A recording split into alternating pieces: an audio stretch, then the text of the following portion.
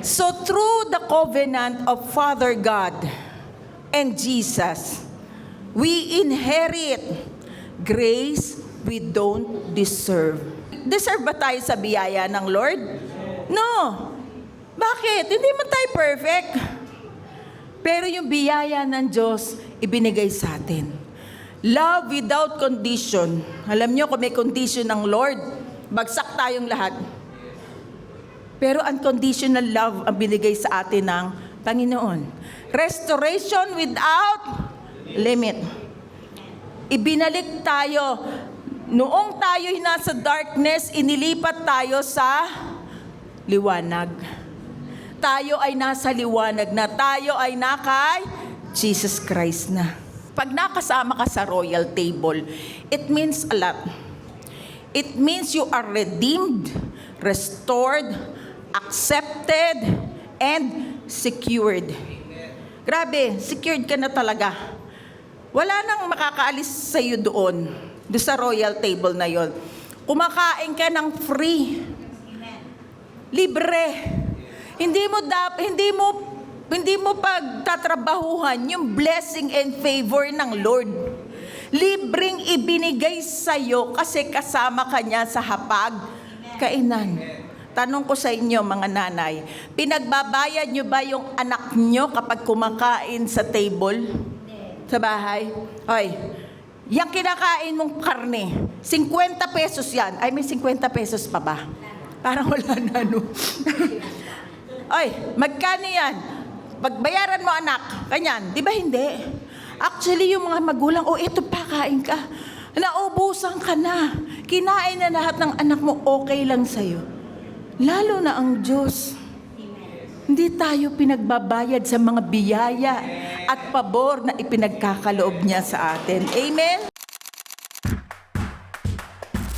Maraming nangyayari sa mundo pero patuloy ang proteksyon ng Lord sa atin. At hindi siya magpapabaya kasi anak niya tayo. Ang ganda ng kanta kanina, di ba? I am a child of God. Pag alam niyo yun, yung identity niyo sa Panginoon, kahit anong mangyari, nasa iyo ang Diyos. Hindi kanya pababayaan at hindi kanya iiwan. Amen? Manalangin muna tayo. Panginoon, marami pong salamat sa araw na ito. Dinededicate po namin ang mensahe ngayon sa inyo. Dalangin po namin, Banal na Espiritu, kayo ang siyang kumilos sa bawat isa. Buksan niyo po ang spiritual ears and eyes ng bawat isa nang maintindihan po namin ang lahat ng pagpapala na ipinagkaloob niyo po sa aming lahat. At Lord, itago niyo lamang po ako sa inyong likuran. Kayo po ang maitaas at mag-glorify. Thank you, Lord, in Jesus' mighty name. Ang lahat ay magsabi ng Amen. Yan. Sige, palakpakan natin ng Lord. Bakit ba? Huwag niyong bibitinin. Kasi ang bawat palakpak niyan, hindi sa akin, kay Lord. Amen. Kasi ang itinataas natin dito sa pulpito, ang Panginoon. Amen. Hindi kung sino pa man. Kahit artista ang nandito, mukha bang artista? Hindi naman, no? Hindi. Ordinaryo lang po. Panginoon pa rin ang itataas natin. Amen? So, ang ating pinag-aaralan ay Own Your New Creation Identity. Part 2. Nung nakaraan, yung Part 1, pwede nyo mapanood sa YouTube at saka sa FB. Pagka naman palambing, lagi ko sasabihin sa inyo, palambing, pa-share naman ng mga lumalabas sa ating page.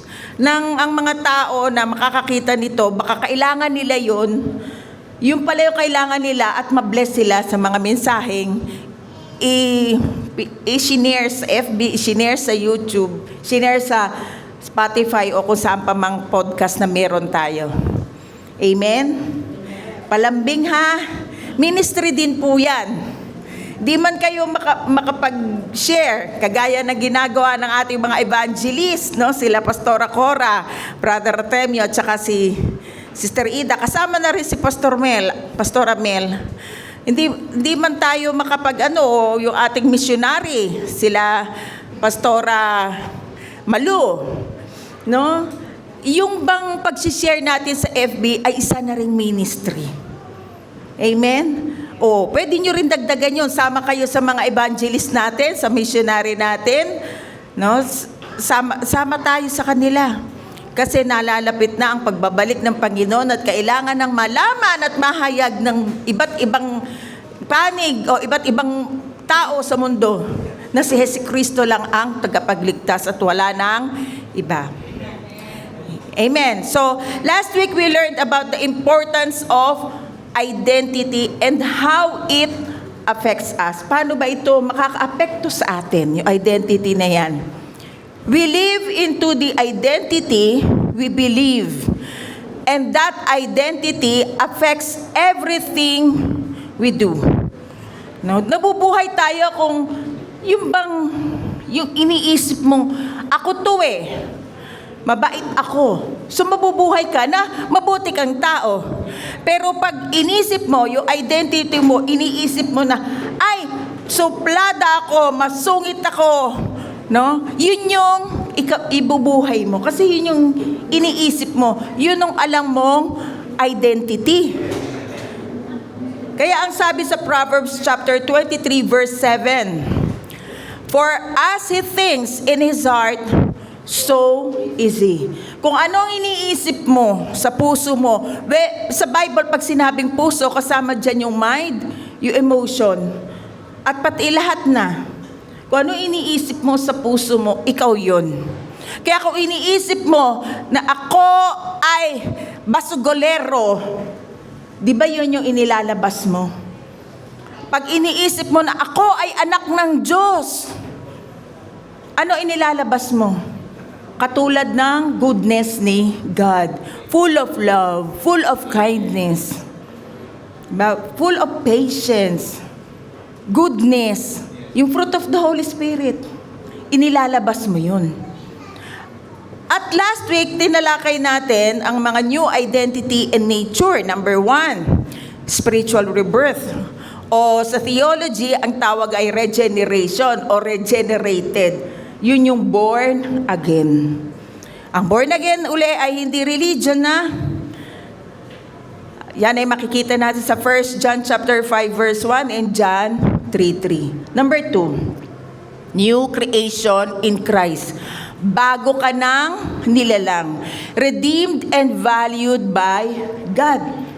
Wala na yung dati mong pagkatao. Ano yung nawalang pagkatao na yun? Sinful nature. Tinanggal na yun ng Lord. Nung namatay si Jesus sa krus ng Kalbaryo, namatay na rin ang luma mong pagkatao. Nung nabuhay si Jesus at naniwala ka sa tinapos niyang gawa, bago na rin ikaw na nilalang. Kaya wag mo sasabihin, ganito ako nakilala akong ganito, pasensya ka, ganito ako So hindi ka na yun. Hindi ka na yun. Hindi na yun ang identity mo. Bago na yung identity mo. Ano ba identity na binigay sa atin ng Lord? Holy and righteous. Kasi si Lord ay holy and righteous. Kaya ikaw ay holy and righteous. At number 3, a child of God. Sino mga anak ng Diyos dito? Amen. So yan yung kinanta natin kanina, ang ganda na kanta, di ba? A child of God, John 1:12. Sa lahat ng mga naniniwala, binigyan niya ng karapatang maging anak ng Diyos o child of God o children of God. Today, we will learn about you are adopted and accepted. Pastora, number 3. Child of God na ako. Ngayon naman, a-adapt ako and accepted ako. Ano yun? Papaliwanag po natin yan. Pero bago po yan, pag-aralan muna natin yung kwento ni David at Mephibosheth. Sino ba si David? Si David po ay naging hari ng Israel. No? Pagkatapos ni King Saul, si David na. Okay. Bakit dyan nasali si Mephibosheth? Sino ba si Mephibosheth? Noong bago mag-assume ng pagiging hari si David, nagkaroon ng covenant si Jonathan at si David. Sino si Jonathan? Anak ni King Saul. Yung time na yon, ang hari si King Saul. Ang anak niya si Jonathan. Ngayon, si Jonathan at saka si David, best friends. No? Magkaano sila? Magkaibigang matalik. So nagkaroon sila ng covenant. Ang covenant nila is all about helping each other. It's all about kindness and love.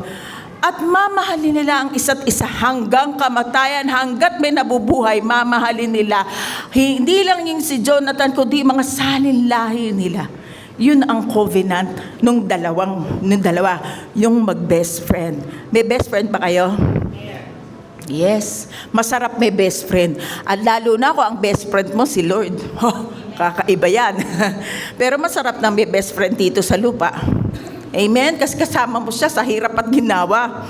Tama ba?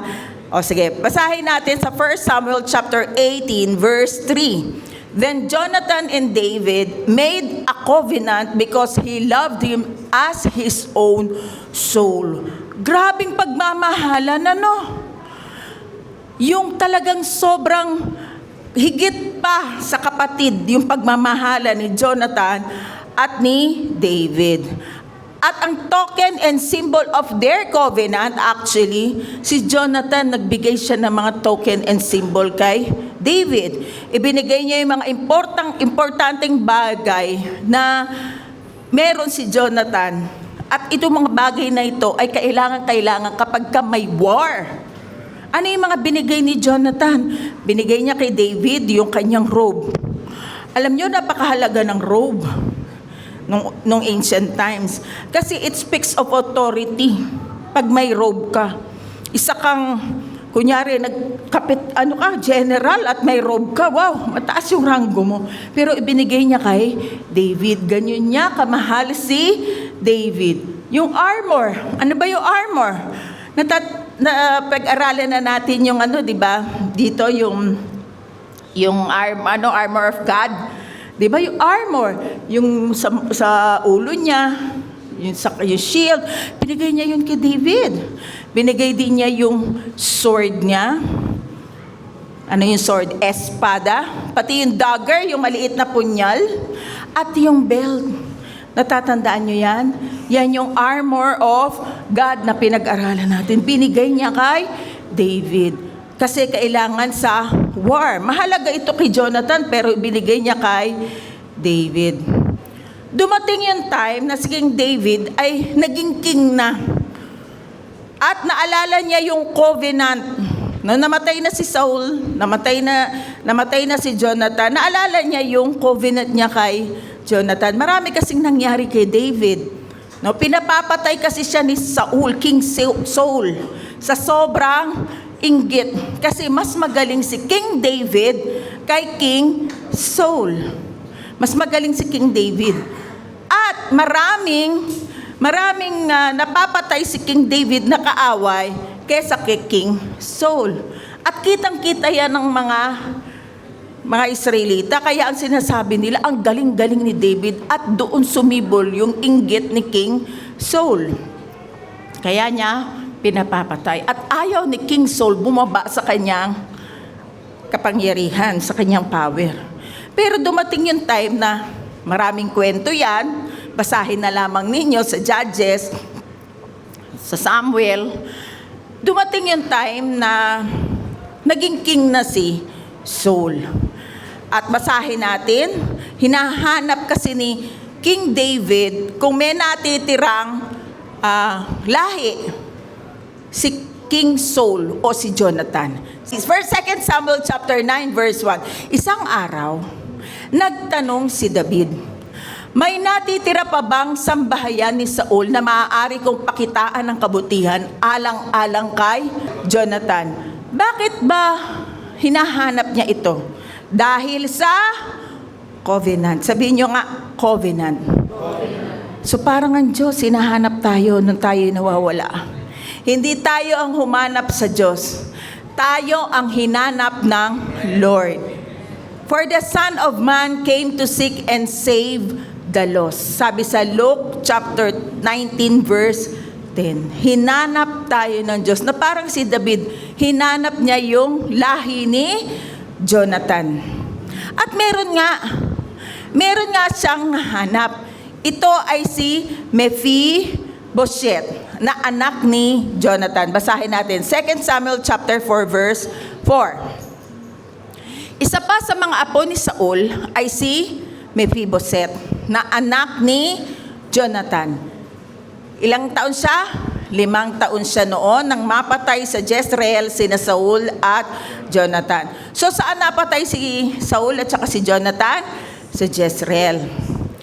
Nang dumating ang malagim na balita, syempre, natakot yung natakot yung sambahayan ni Saul at saka natakot yung mga servants niya. Takbuhan. So ang ginawa nung yaya ni Mephibosheth, dinampot siya ng tagapag-alaga upang itakas. Ngunit sa pagmamadali ay nabitawan siya. Nininervyos siguro yung yaya. At iyon ang dahilan ng kanyang pagkalumpo. O bakit nalumpo si Mephibosheth? Kasi nabitawan ng yaya sa sobrang nervyos. Kasi takbo ng takbo. Ang alam nila, papatayin talaga sila eh. Kasi namatay na si King Saul. No?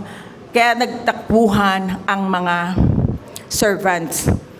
Naging cripple si Mephibosheth. At nagtago sila doon sa Lodebar. Sabihin nyo nga, Lodebar. Ano ba yung Lodebar? It's a barren place, meaning no pasture. Itong lugar na ito, hindi ka makapagtatanim. Hindi ka rin makakapag-alaga ng hayop, as in, walang buhay. Lodebar. Ano ba nagre-represent nan? Di ba nire-represent niyan tayo noon nung wala pa sa biyaya? Full of shame tayo. Sinful man tayo. Matatakutin tayo, puno tayo ng fear. No, ina-isolate natin yung sarili natin. Yan yung minsan kahit Kristiyano nga nakakalimutan nila na sila ay anak ng Diyos. So pagka gano'n, nandoon ka sa Lodebar. Sabihin nyo nga uli. Lugar na walang buhay. Walang kabuhay-buhay. No? Si Mephibosheth ay isang royalty. He is a royalty by birth but lived like a beggar. Isa siyang anak ng, sabihin na nating hari, kasi di ba ang hari, ang susunod na hari ay yung anak. Pagkatapos ng anak, ang susunod yung apo. Kaya royalty itong si Mephibosheth. Pero nabubuhay siya na parang isang beggar. Alam niyo ba yung beggar? Yung mga namamalimos? Diba? So, spiritually, nandoon tayo sa Lodebar nung wala pa si Kristo sa puso natin. No? Royalty at birth, pero nabubuhay tayo sa Lodebar. Walang kabuhay-buhay. Nakakalimutan natin kasi na anak pala tayo ng Diyos. Nung pinahanap na ni David si Mephibosheth, he was expecting judgment. No, akala ni Mephibosheth, lagot ako, yari ako, pinapahanap ako ng hari. Di ba may takot sila? Lagot ako, baka ako'y ikulong, baka ako'y patayin.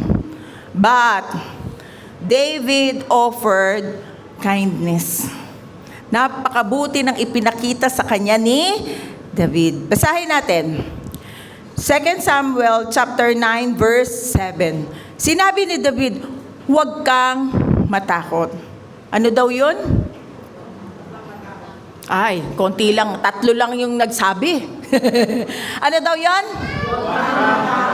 Alam nyo ba, laging sinasabi sa Bible, do not be afraid. 365. Ayon sa mga inaral ito ng mga theologians, sabi sa scripture, Old Testament and New Testament, 365 na nakalagay sa Bible, do not be afraid. Huwag kang matakot. Ilan po ang araw sa isang taon? 365. Every day, God is saying to you, don't be afraid. Bakit ka matatakot? Anak ka ng Diyos. Tayuan mo yon. Anak ka ng Diyos. So balik tayo. Sinabi ni David, huwag kang matakot. Gagawin ko ang lahat ng magagawa ko para sa iyo. Alang-alang kay Jonathan. May covenant siya kay Jonathan, right? God and His Son, Jesus Christ, may covenant. May covenant silang dalawa. At nakikiangkla tayo sa covenant na yon because we are in Christ.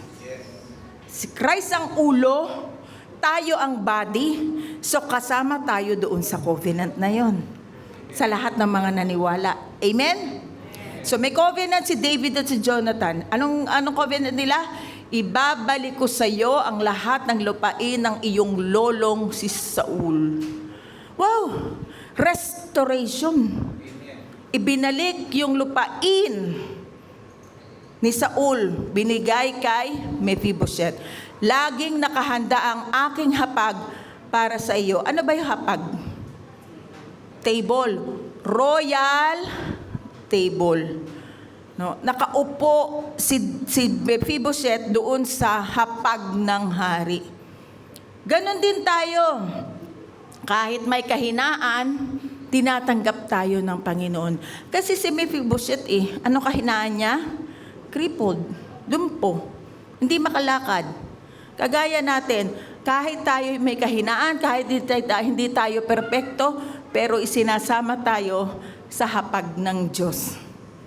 Amen? Iba, kapag ikaw ay nasama sa royal table, sige, sabihin na natin yung royal table ay nandiyan si Jesus, kasama ka. Ano mafe-feel mo? Sobrang, wow, I'm so grateful, Lord. Kasama ako sa royal table mo. O kaya naman, sa artista, sino ba sikat ngayon? Wala akong alam sa artista sabihin na lang natin yung mga, sino? Ayoko yun. si 18, ano ba yung singer? Si 18, ano ba yun? SB19 at saka yung Bini, halimbawa nandyan. Wow, nandyan, sinama ka. Magulungkot ka, ay SB19. Kilala nyo ba SB19? Yung mga lalaking mga magagaling kumanta. Yung Bini. Ito naman yung mga babaeng magagaling kumanta. Sinama ka sa kainan. Kasama mo sila. Anong gagawin mo? Ganon? Hindi. Excited ka. Baka hindi mo nga makain yung pagkain na sa harapan mo. Kasi excited ka di ba? Ganon tayo ginawa ng Lord. Isinama tayo sa kanyang royal table. Mas excited tayo dapat. Amen? So through the covenant of Father God and Jesus, we inherit grace we don't deserve. Deserve ba tayo sa biyaya ng Lord? No. Bakit? Hindi man tayo perfect. Pero yung biyaya ng Diyos, ibinigay sa atin. Love without condition. Alam nyo, kung may condition ng Lord, bagsak tayong lahat. Pero unconditional love ang binigay sa atin ng Panginoon. Restoration without limit. Ibinalik tayo. Noong tayo'y nasa darkness, inilipat tayo sa liwanag. Tayo ay nasa liwanag na. Tayo ay nakay Jesus Christ na. Amen? Pag nakasama ka sa royal table, it means a lot. It means you are redeemed, restored, accepted, and secured. Grabe, secured ka na talaga. Wala nang makakaalis sa iyo doon sa royal table na yon. Kumakain ka ng free. Libre. Hindi mo pagtatrabahuhan yung blessing and favor ng Lord. Libreng ibinigay sa iyo kasi kasama ka niya sa hapag Kainan. Tanong ko sa inyo mga nanay, pinagbabayad nyo ba yung anak nyo kapag kumakain sa table? Sa bahay? Hoy, yung kinakain mong karne, 50 pesos yan. Ay, may 50 pesos pa ba? Parang wala na, no? Oy, magkano yan? Pagbayaran mo anak, kanyan. Di ba hindi? Actually, yung mga magulang, eto pa, kain ka. Naubusan ka na. Kinain na lahat ng anak mo, okay lang sa'yo. Lalo na ang Diyos.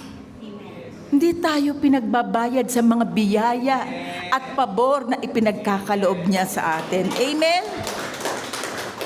At yon ay mare-receive ng kanyang mga anak. Ang problema, yung mga anak, nakakalimutan.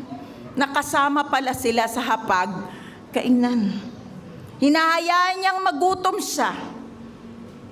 Well, in fact, lahat yan ang handa na meron sa lamesa ng Diyos para sa iyo kasi anak ka ng Diyos. Lahat ng pabor, tandaan nyo, lahat ng pabor. All the promises of God in Christ are yes and amen. Paniwalaan mo yun. Mabuhay ka na ikaw ay anak ng Diyos na kumakain kasama sa hapag-kainan ng Panginoon. Amen? Now, ano uli yung number 4 na topic natin? You are adopted and accepted.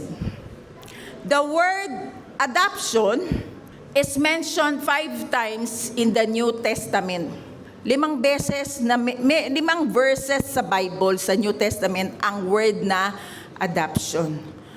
And did you know, parang si Kuya Kim, no?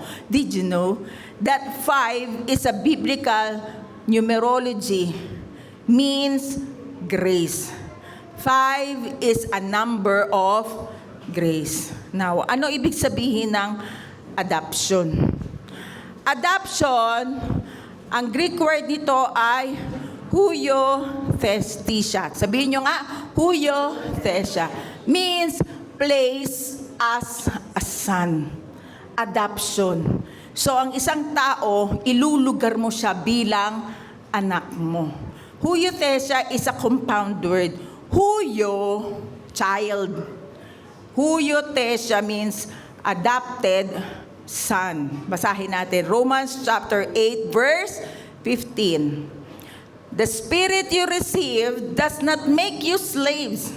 Did you receive the Holy Spirit of God? Yes. So, ang Espiritu na yon, yung na-receive mong Spirit na yon, ay hindi ka para alipinin. The Spirit you receive does not make you slaves so that you live in fear again. Rather, the Spirit you receive brought about your adoption to sonship. And by Him, we cry, Abba, Father. Abba is Aramaic word na ibig sabihin, Father. So, pwede pag magpipray kayo, Abba. Parang sinasabi nyo, Daddy. Daddy God. Tatay Diyos. Amang Diyos. Kaya nyo nang tawagin yon because you are adopted son. Pag sinabing son, kasama na po ang babae doon, ha? Kasi nung araw, lalaki lang lagi ang binabanggit. So, pag you are adopted son, so we can call God Abba, Father. So, sa scripture, mapabasa niyo po. Katulad kanina sa John 1:12, ano sinabi? For those who believe, He gave the right to become children of God. Children. O sabihin na natin child of God. Pag isa, child. Pag marami, children. So makikita na yan. Tapos, meron kayong makikitang adoption to sonship. Child, sonship. Anong pagkakaiba? Makinig kayo, ha? John 1:12, pag sinabing binigyan ko kayo ng karapatang maging anak ng Diyos, ibig sabihin new birth. New birth. Bago kang nilalang. Pag sinabing new birth, yung baby, lumalakad na agad. Hindi, di ba? sanggol. Pero yun yung nangyari sa atin. Di ba nung Christian pa tayo, tumanggap tayo, hindi pa tayo ganong nagbabasa ng Bible, hindi pa tayo ganong nakakapakarinig ng salita ng Diyos. Anong tawag sa atin? Baby Christian. So paano ka magmamature? You read the Word of God, you hear the Word of God, you attend church, you attend Bible study, hanggang sa nagmamature ka. Kaya ang tawag naman, kapag mature na ang mga baby Christian dati, ay sonship. Son. Ang child of God, sa Greek word ay tekna. Tekna, child of God. Kapag ka sonship, yung son, huyo. Huyo. Magkaiba. Kaya pagka nabasa mo sa Bible, child of God, new birth ito. Ibig sabihin, tinanggap mo si Kristo at binago yung iyong espiritu. New birth yan, tekna yan. Pero pag sinabi ng huyo o sonship, nasa mature legal age na siya. Sabihin matured, na kaya na niyang tanggapin yung mga responsibility at kaya na rin niya at siya na rin yung tinatalagang tagapagmana. Nakuha? So magkaiba po yung children of God at ang sonship. Okay, tignan natin yung adoption to sonship. Bakit may ganon? Ito po ay ginamit ni Paul, metaphor para maipaliwanag ano ba yung nangyari sa mga Kristiyano. No, metaphor, kumbaga inihalin tulad niya ng adoption. Tignan natin. A term referring to the full legal standing of an adopted person, heir in Roman culture. So kasi si Paul, may kaalaman ding Romano. Kasi si Paul ay Roman din. Na Roman citizen din siya at Jew din siya. So alam niya yung kultura ng Romano. So hinalintulad niya yung adoption, yung kung paano tayo binigyan ng inheritance ng Panginoon. So sabi diyan, standing na tayo, adopted person, heir. Pag sinabing heir, ano yun? Tagapagmana.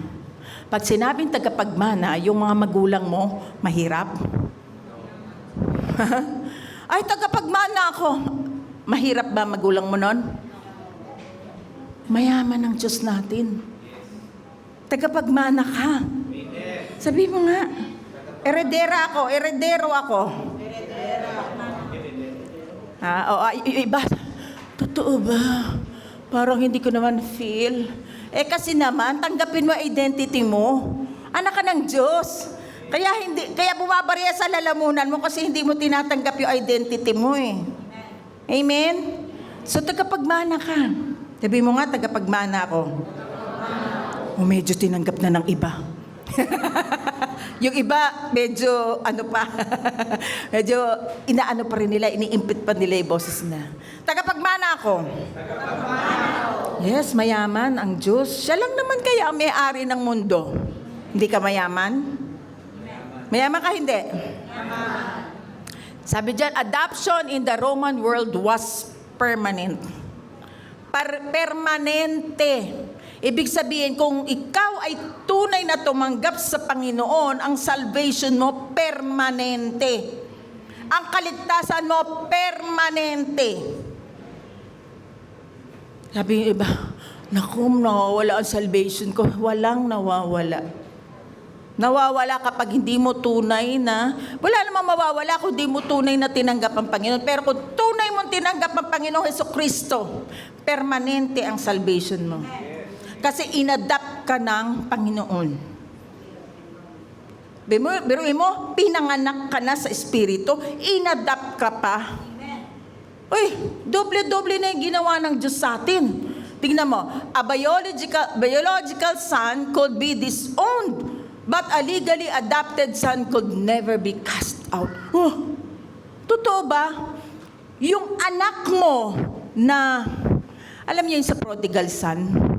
Yung prodigal son, di ba, lumayas yung anak, kinuha yung mana niya. Pagkatapos yung mana niya, ipinamigay, kumbaga, ginastos niya with Gentiles nation.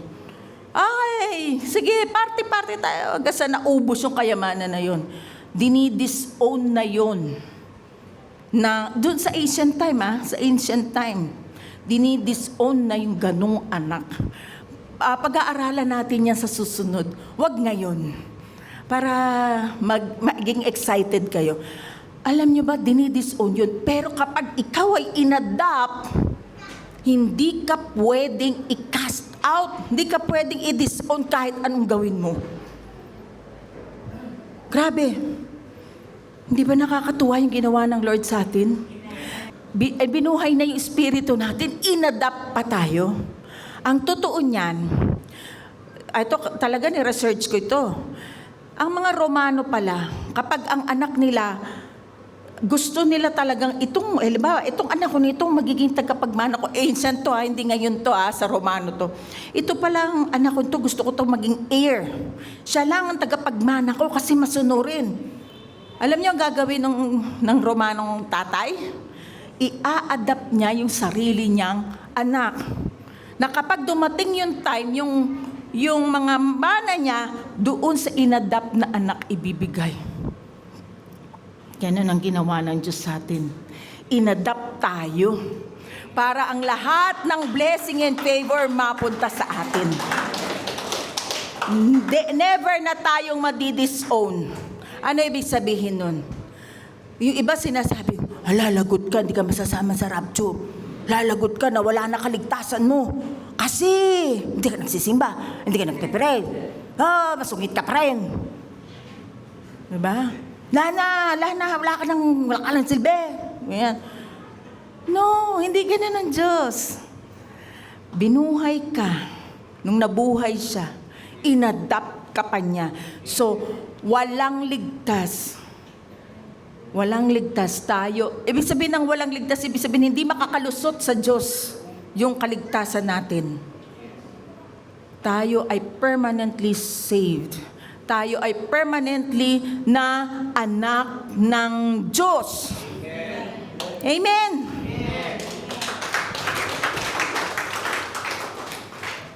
Di ba nakakatuwang isipin na ang Diyos ay napakabuti, na tayo rito, kung ano-anong mga iniisip natin, natatakot pa tayo kung ano pa man, tandaan nyo, ano man ang dumating, huwag kang matatakot. Kasi anak ka ng Diyos. Ang mga magulang, ang anak nyo ba, sabi nga ng mga kahit hindi nga to drama, ayaw mo man lang padapuan sa lamok o sa langaw yung mga bata. Diba? Lalo na ang Diyos. Minamahal niya tayo. Amen? So, paano natin to i-apply sa ating daily lives? Number 1, remember the covenant. God's love is faithful even when we forget. Paano natin nakakalimutan kapag natatakot tayo? Kapag hindi natin naaalala, nare-remember lahat ng mga sakripisyo ni Kristo sa krus ng Kalbaryo. Ang covenant between Father God and Jesus, ang pinakamatatag sa lahat ng covenant at pinaka-powerful sa lahat ng covenant. Kung hindi ikaw ang nasa kalagayan na kung ang tingin mo, guguho na ang mundo sa isip mo, wala nang magagawa. Ito na talaga yung last. Ayoko na, tired na ako, Lord, pagod na ako. Remember the covenant. Tandaan mo na ikaw ay included doon sa covenant na yon. Kasi hindi po pwedeng ulo lang ni Kristo ang ka-covenant ng Father God. Sino ang katawan ni Kristo? Tayo, ang church. You are included in the covenant. Kasi we are in Christ. Amen? Sa bawat pangangailangan mo, sa bawat problema, dagok na dumadating sa'yo, yung problema na yan, hindi yan galing sa Diyos. Ulitin ko, galing sa 4. Paulit-ulit ako dito kasi sabi nga, remember. Oh. Kanino galing? Una, sa kagagawan mo, mga maling desisyon mo. No? Number 2, desisyon ng ibang tao. Number 3, sa nature. Number 4, gawa ng kaaway, gawa ng demonyo. But never galing kay God ang mga problema o mga dumarating sa mundong ito. Amen? Pero kung dumating na sa buhay mo, pagod na ako, ayoko na. Suko na ako, ayoko na. Remember, kasama ka sa hapagkainan. At makakalapit ka sa throne of grace. Sabihin nyo nga, throne of grace. Hebrews chapter 4 verse 16, basahin natin. Let us then approach, lumapit tayo. Let us then approach God's throne of grace with confidence. Bakit kailangan may confidence? Hindi ka makakalapit kasi kung hindi ka anak, pero anak ka. Kaya confidently makakalapit ka sa throne of grace so that we may receive mercy. Ano yung mercy? Kasi may mga failures tayo, may mga kahinaan tayo, tama? So makaka-receive tayo ng mercy kay Lord and find grace to help us in our time of need. Biyaya. Pinatawad tayo at bibiyayaan pa tayo. Lalo na sa times of need. Kung ano pangangailangan mo ngayon, lumapit ka sa Diyos at bibiyayaan ka niya. Hindi ka tatanggihan. Pakikinggan ka ng Lord. Minsan tahimik lang. Ibig sabihin, wait, or hindi yan bagay sa'yo. May mas hinanda ako sa'yo. Amen? Mas may hinanda ako sa'yo. Akala mo yan lang, ang liit naman anak, huwag mong ilimit ang Lord. Ang liit naman anak na hinihingi mo, mas better yung gusto ko sa'yo. Ganon yung throne of grace. Sobrang biyaya. Amen? Number 2, receive restoration. You are not defined by your brokenness, but by His kindness. Just like what David did to Mephibosheth. Ano ba ginawa ni David kay Mephibosheth? Ibinalik lahat ng lupain kay Mephibosheth. Binalik niya. Ganon din tayo. Ibabalik ni Lord kung ano yung nawala sa atin. Mas higit pa. Actually, ko sa Old Testament, 120% restoration. Amen? Kung may season sa buhay mo na may nawala, God is good. I-restore lahat ng Lord ang mga nawala sa'yo. Mas maganda pa. Amen? So, sabi sa John chapter 10 verse 10, Jesus said, I came that they may have life and have it abundantly. Wala na tayo sa Lodebar. Nakikristo na tayo. At yung buhay na yon ay si Kristo. At abundant, hindi taghirap, tagyaman. Mayaman. So kung may nawala, let it go, let it go. Di ba? Hindi ko na alam yung lyrics, let it go lang yung alam ko. Yung mga bata alam yun, let it go. Bakit? Tandaan mo, may nakahandang mas maganda ang Panginoon para sa iyo. And number 3, live as royalty. Walk with dignity as a child of the King. Natandaan niyo yung last week, sabi ko, si Queen Elizabeth, na playful siya nung una. Pagkatapos may nagsabi sa kanya, respectfully, Miss, Princess, sabi niya, darating ang panahon, magro-role ka, kasi as queen or as princess, iro-role mo itong na ito. Nung na-realize yun ni Elizabeth, hindi na siya playful. Umayon siya sa kanyang identity. Lumakad siya as royalty. Pati pag-upo niya, ako hindi ko kaya yung upo nila. Prim and proper, lahat. Kasi iniisip niya, royalty siya. Lalo na anak tayo ng Diyos. Pero hindi tayo yung parang kay Queen Elizabeth, "Wag mo akong hawakan, I am Queen Berna." No. Ibig lang sabihin, yung identity mo. Ha? Baka mamaya, lumabas tayo rito. Op. No limitang, here. Ano ba yung Tagalog nun? Wag. Sa English, touch me not. Sa Tagalog, huwag mo nga ako mahawakan. I am royalty. I am a royal. Pero ang totoo, sinabi sa Bible, royal priesthood tayo. Pero hindi ganun ang pag-arte. No? Joke lang yun para magising kayo kasi iba natutulog na. Let the people see the glory of God in you. Hayaan mo makita yung glory ni God sa pag-uugali nyo.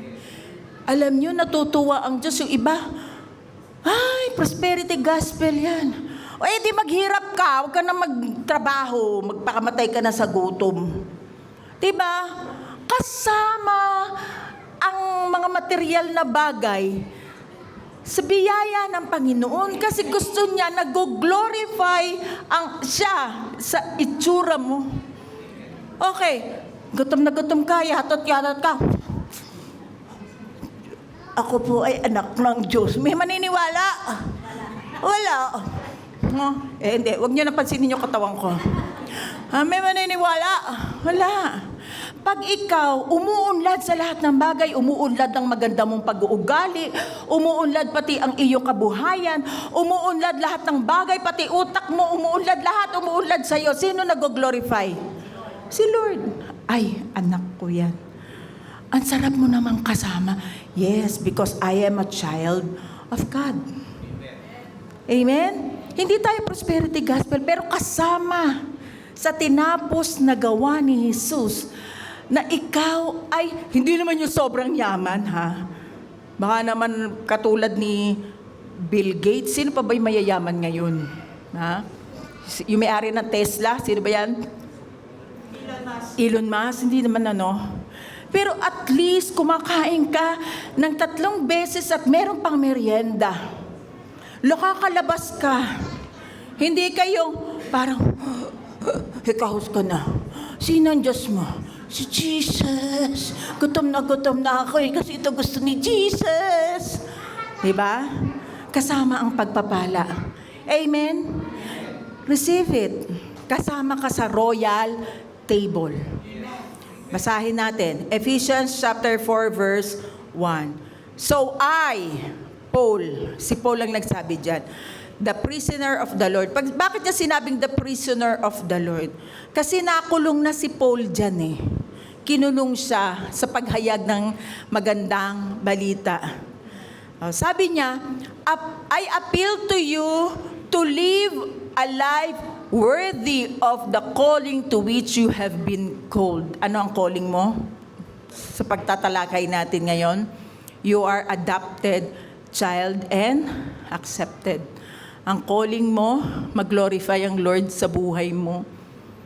Anong sabi niya? That is to live a life that exhibits, nagpapakita ng godly character, moral courage, personal integrity, and mature behavior. A life that expresses gratitude to God for your salvation.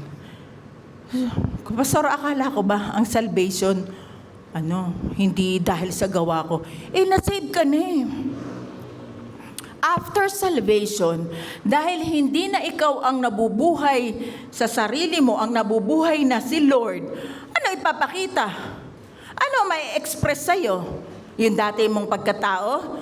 Gusto mo yung latak, yun ipakita? Di ba sinabi natin, noong nakaraan, latak, yung mga ugali na meron tayo, yung dati nating ugali, latak na yun. Anong ginagawa sa latak? Tinatapon. Amen? Save ka na. Save ka na. At makikita yun dahil ang Holy Spirit nasa iyo na. Yung fruit ng Holy Spirit lumalabas sa iyo. Godly character. Amen? So ngayon makakalakad ka na as a child of God. Sabi nga dyan, live as royalty. Hindi ka kung sino-sino lang. A royal priesthood nga tayo eh. Amen? Baka naman ikaw pa yung nangunguna sa mga kabalbalan. Hindi na tayo ganun.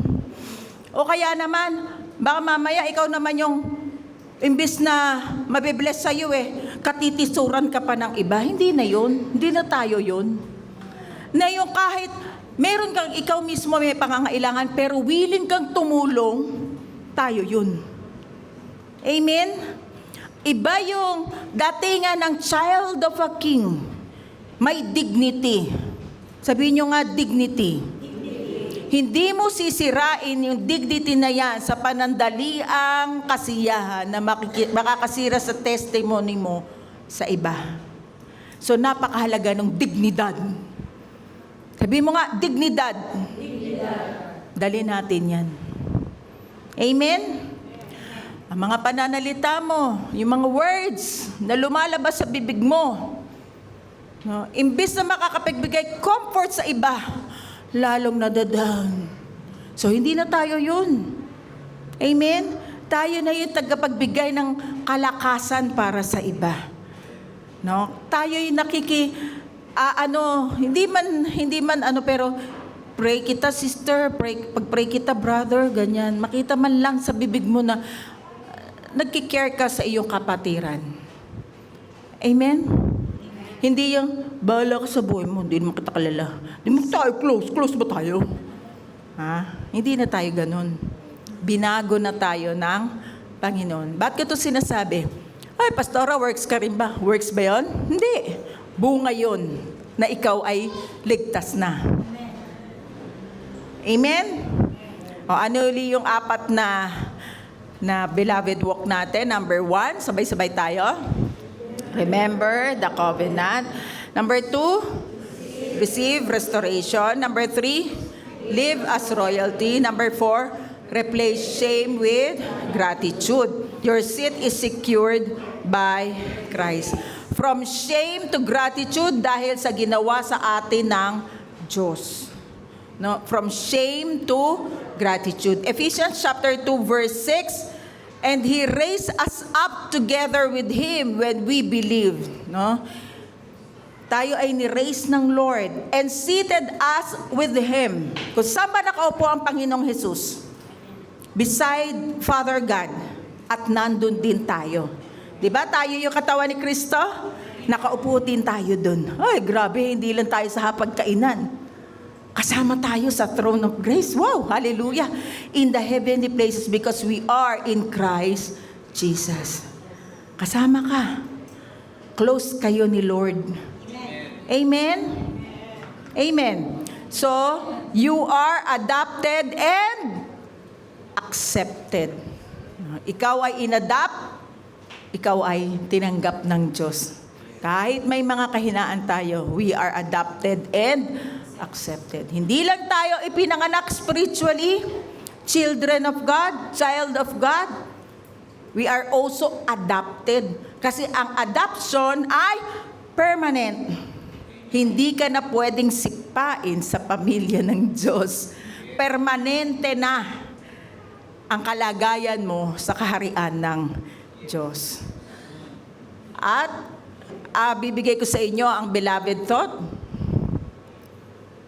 Adoption in Christ transforms our identity. From rejection to belonging. From fear to sonship. Amen? Masaya ka ba na anak ka ng Diyos? Amen. Adopted ka ba ng Lord? Permanente o hindi? Permanente.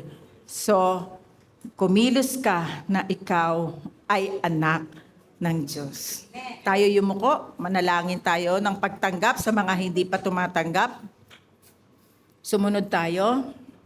Panginoon, salamat po. Ako po ay anak ninyo. Nalalaman ko po na marami akong kahinaan.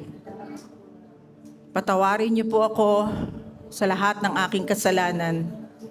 At salamat po, ginawa niyo po akong tagapagmana. Panginoon, kayo na po ang maghari sa buhay ko. Banal na Espiritu, kayo po ang gumabay sa akin. Salamat po, Panginoon. Salamat po, isinulat niyo na po ang pangalan ko sa aklat ng buhay.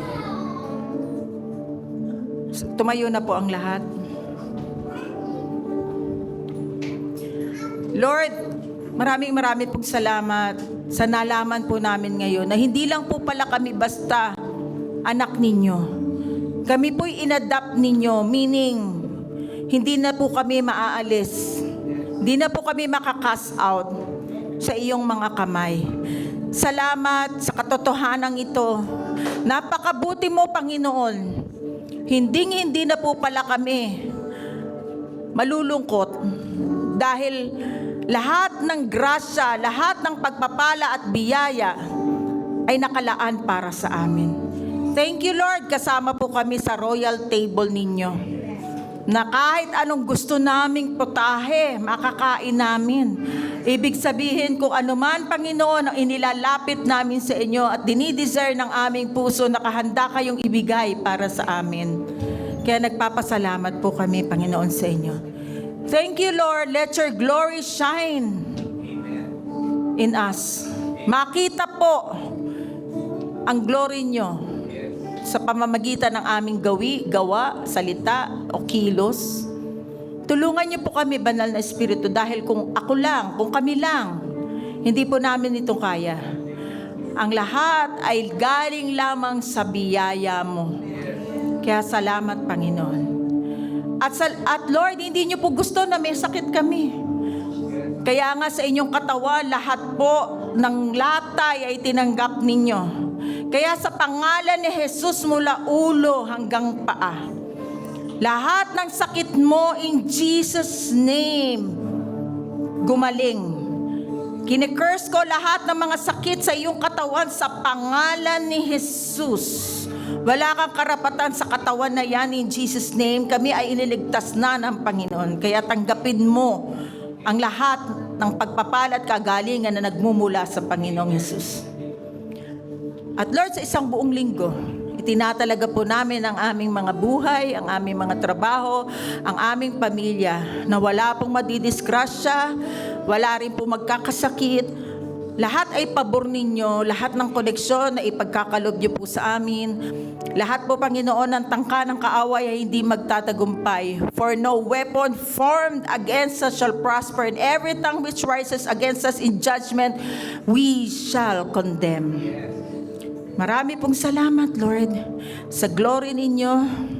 Salamat, ibinigay niyo yung glory na yan sa amin. Maraming pong salamat. Mabubuhay po kami ayon sa biyaya ninyo. Thank you, Lord, in Jesus' mighty name. Amen. Lahat ng pangako mo sa'kin ay oo. Sa bawat laban, tiyak ang panalo. Ako'y nasa lilim na lumikha ng mundo. Sa bawat hakbang ako'y ginagabayan. Saan man naroroon, laging pinapaboran.